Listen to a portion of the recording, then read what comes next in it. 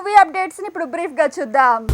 Rebel star Prabhas, Disha Patani, Deepika పడుకునేతో పాటు Amitabh and co కలిసి చేసిన మూవీ కల్కి. మే 9న రావాల్సిన ఈ మూవీ వాయిదా మీద చాలా రోజులుగా రకరకాల రూమర్స్ వినిపిస్తున్నాయి. అయితే జూన్ 27కి ఈ సినిమా వాయిదా వేస్తున్నట్టు కొత్త రిలీజ్ డేట్ ని అనౌన్స్ చేసింది సినిమా టీం.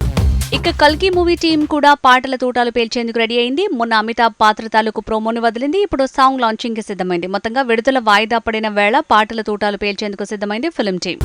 మలయాళంలో 200 కోట్లు రాబట్టిన మూవీ మంజుమల్ బాయ్స్, తెలుగు, తమిళ్లో కూడా అందుబాటులో ఉన్న ఈ మూవీ కన్నడ, హిందీ భాషల్లో రిలీజ్ కాబోతోంది. పాన్ ఇండియా లెవెల్లో విడుదలకు సిద్ధమైంది.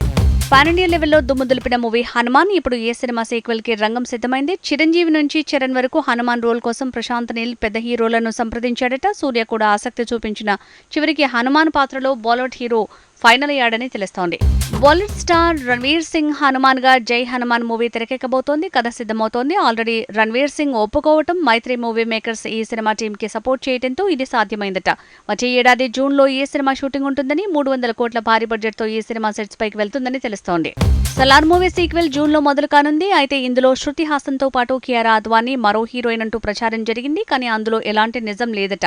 కియారా అద్వానీ పాత్రే ఇందులో లేదని తేల్చింది film team. Kollywood Thalapathy Vijay తో వెంకట ప్రభు తీస్తున్న movie GOAT already film team ఓ సాంగ్ ని రిలీజ్ చేసింది. రెండో పాటని జూన్ లో రిలీజ్ చేస్తారట. ఎప్పో బ్రో అంటూ సాగే ఈ పాట 35 రోజుల తర్వాత రానుందట.